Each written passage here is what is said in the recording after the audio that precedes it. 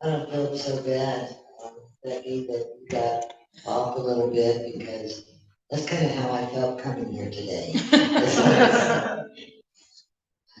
So welcome everybody and welcome to you all on Zoom. I'm Reverend Sizemore. And I've had some real crazy weeks these past 3 weeks, I would say. And this last week, it felt really good to be back up here and preparing for a board meeting that we had the other day. And I'll share that with you later. But I knew today that I too am a little bit scattered. And I shared this with our group Saturday, that when I get scattered, I have to remind myself I'm not in control. I just need to get out of the way and let Spirit guide my words. So today I'm walking in trust in the Spirit. So what I want to share with you is we have been introducing the 12 powers, the 12 attributes of God each month. And we just discussed faith, love, and wisdom. We have to put faith first because that is what carries us forward. And love and wisdom cannot act alone because love without wisdom can be foolish and wisdom without love can be harsh at times. And then with this wisdom, we moved into strength last month. And that is to require us to act courageously with authentic spiritual motives, which takes faith to a greater power. Well, which takes us to this month is power. And power is so perfect for me to hear this month because power comes from the throat chakra, the throat area. And I see a few of you wearing purple today, and purple is the color of power, and this is the month for power. And with focusing on power, the power of wisdom, that inner knowledge that usually fits the wisdom, I do have to talk about that. Wisdom is located in the gut. We talked about it last month as far as that gut feeling or our intuition and listening to our intuition. And what we know is wisdom does come from spirit. That's why we get these intuitive hits. And so that's our true voice of our divine creator. And by listening to that still small voice, our inner sense of being becomes in tune with the divine. So now we are stepping into power, and that comes from the throat area. And my very, very beginning background was Christianity, but I was born. My mother took us to all kinds of religions so that we could choose. But Christianity, that Christ consciousness always stuck with me. And personally, I didn't get damaged from my experience because I think I was behind the door when all the sin stuff was coming on. I didn't get it. What I would hear is, Jesus loves the little children. Okay, so I got the love concept from Christian background. So it's easy for me to fall back onto that at times. And it's easy for me to reference God. And I know that sometimes that causes triggers because people are healing. And during our board retreat, Reverend Bruce said something that was really profound because I really challenged myself of how do I call this omnipresence, this greater sense of creation, and make it okay for it. And she said that many people use the word God because it's shorthand for that creative being. So I'm going to use the shorthand version as I speak. Also, what helps me to think of it also, and I've shared this before, God spelled backwards dog. And I would tell you that dogs show us that greatest love that God gives us. So I'm trying to help you become friends with the word. And you still call that divine creative presence, whatever you want, but I just don't want to create triggers. So I just wanted to share that. Because our words are powerful. Our words are what starts that creative process. It puts things in motion. In First John, we're reminded in Genesis that it says in First John that the Word was there in the beginning with God and was God, the creative source. God said, "Let there be light," and there was light. It's that vocal energy that we start to put out into the energy. And we have learned about the impact of our words as we've been growing up. Our kind words that we put out there, we were returned with kindness and good things. And when we used harsh words, we felt hurt feelings. And so we got to learn that barometer. I shared a story yesterday, and they told me it would be okay to share it today. Okay. I got a big lesson when I was 18 years old. I traveled to many schools as I was growing up, and I begged my mother to let me stay in California my junior year in high school because I was in California my sophomore year. I wanted to at least have 2 years at one school. And I promised her that if she let me live with my aunt that year, that no matter where she was, I would do my senior year with her. I had enough credits to graduate high school in my junior year, but I didn't, because wherever she was, I moved and I went to my senior year in Seattle. So that's just a little pre-story. But I also kind of carried with me a little bit of an attitude, but I did, because I really didn't want to. But I was keeping my word, because my word was important. And I used to go around a lot saying, "That's a pain in the ass. This is a pain in the ass." Whatever it was just a pain in the ass. And it wasn't a good sight, but after doing that for almost a year, I ended up having a medical situation where my colon had ripped and the poisons and the toxins were going into my body. I was not eliminated. I had a pain in the ass. So, into the hospital, and I died. They stopped me. My heart stopped, but they got me back again with defibrillators. And when I was in that experience, I was aware of everything. It was awesome. And I could hear them working and doing their stuff, and they were saying, "Lisa, respond. Lisa, respond." And now I'm getting frustrated because I think I'm talking to them, and I wasn't. And I finally yelled out, "I'm responding." And I came back, and now I'm here today. So that's my story of telling you how impactful our words are in our life. Very impactful. And it is create a physical reality. And that's what it does. So there's many examples around us, and we can call them good examples, or we can call them our wake-up calls. And so I would invite you all to be very cautious in the words that you use and what you're saying, even to yourself, because this is the hardest part for us. We like to criticize ourselves. That's not honoring the divine within us. That is not honoring our creative essence of who we are. So remind yourself when you start that you talk to God that way.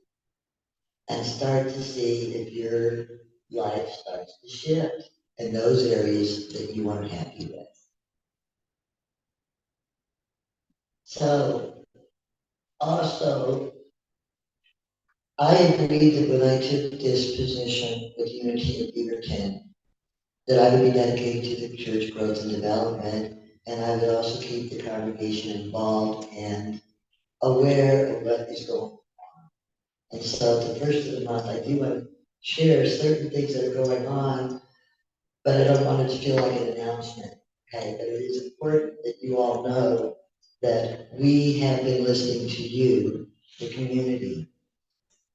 Like I said, several things were happening the last few weeks, and one of the most important things that Reverend Ruth and I were working on was gathering our board members together to do a retreat. We knew, and the board knew, we held a community meeting to get your vision of what you wanted to have here, what you wanted to experience in your spiritual community. And we also knew that time was passing, that you weren't hearing from the board clearly. I want you to know that you are not forgotten at all. But I also want you to know that a lot of the things that were being put on those sheets of paper of vision were already in the works. And I'll share some of that. Part of what we have had a little bit of a opportunity for growth is that Reverend Julie Appleby has resigned her position as our office administrator. She held a lot together here. I mean, that's why you get the bulletins, and that's why we get the constant contact out. There's a lot of things, and we are trying to absorb some of that. And I do believe that is why you're seeing a little bit of hiccups today, because Reverend Julie, wasn't able to put this together.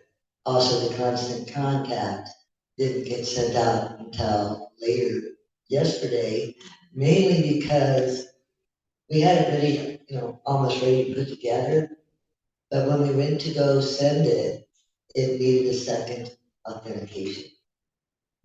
And that meant sending a push notification, and that notification only went to Reverend Julie's phone. She's in Idaho. Okay. So it's okay for us to have those hiccups. And as we've had some of those hiccups, Reverend Ruth and I kind of laughed and I shared with her, it's okay, we're not perfect. We're just striving for excellence. Perfection can happen. So anyway, that's why it's taken a little bit of time to get back with you, spiritual community, that holds us together, guys. And it was an awesome day that day. And you heard it briefly, the prayer gratitude. We worked. We actually went over the bylaws and we looked at the board's rules. What are the boards? I have a little problem with calling it the board all the time. I want to start changing my language as trustees, because that is truly who we are. Who we are on this board of trustees. So we determined and reviewed what is the trustee's role, what's the minister's role, and also the responsibilities that we hold for this church. And we looked at what you all were visioning on that day. And like I said, it's amazing to see how many things that we were already at with. So I'm going to go through some because they said to make the list. I love Reverend Ruth because she is so on it, mechanics and getting it typed up. And I was supposed to give you a synopsis of everything that is going on here. And I've got 3 pages. What I want to tell you is people wanted a greater ambiance here at the church. And if you look around the front here, and things are starting to happen to make the interior of the church better. And we are grateful with Reverend, with Powe and Dharma, with what they're doing with our facilities outside, making it look nicer, more inviting. One area was for church members to support each other. We were kind of lacking on a pastoral care group for a while, like outreach to people that we had that in the works. And right now, it's Zulima and Mickey, and they're doing an awesome job. There's several others too that they're connecting with, but they're doing an awesome job of reaching out to those that have been in the hospital, those that have been in, and they're also part of the prayer team, so they're handling prayer requests. And I'm sure that you can attest, Lee, that you've been supported, and it feels good to have our community supporting each other even outside the church. So that's happening. Also looking at more outside community involvement. This is exactly why we're bringing in musicians and speakers that are not associated exactly with us, so that we can reach out to the community. And with Charlie Tweet and Michael, they even spread the word of our existence through their email hearings. And also with Charlie Tweet, I contacted the Course in Miracles headquarters here in Portland, and they sent it out, his activities on their media, and also the other New Thought churches in the area, because a lot of people loved him, and they haven't seen him for six years. So we are trying to really reach out into the community. Also, there's activities that Chris has stepped up to, naming you off. What is the word of the souls? Stroll for the soul. We're going to be starting to have the Sunday walk once a month, and also be participating in the Beaverton parades. But what I'm going on and on about is a lot of the things that you already wanted to see is happening. We will go in much more depth on June 2nd, because this is when we'll be able to have Reverend Ruth back with us, and we can all gather with the Board of Trustees and our community with a potluck and a meeting where the Board of Trustees can share what's been going on. In the meantime, we're on track, definitely on track for growth. And we have also realized that the Board of Trustees can't do it alone.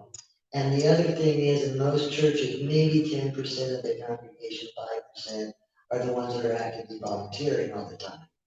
And it gets a heavy load.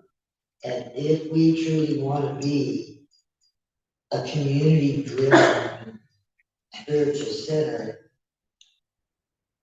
we invite our community members to participate and stand up and say, yes, I want to see this happen, and I'm willing to put my time and talent toward it. That's part of why we did our to-do list like our last meeting and had people put their names on it. Say, yeah, I like that idea. And don't you know that our Board of Trustees and I will be reaching out to you to see exactly how you do want to participate. But now is the time that we are calling on the congregation to say, let's put our feet where our mouth is. Let us all walk together in harmony as we grow the ministry that we want to grow here.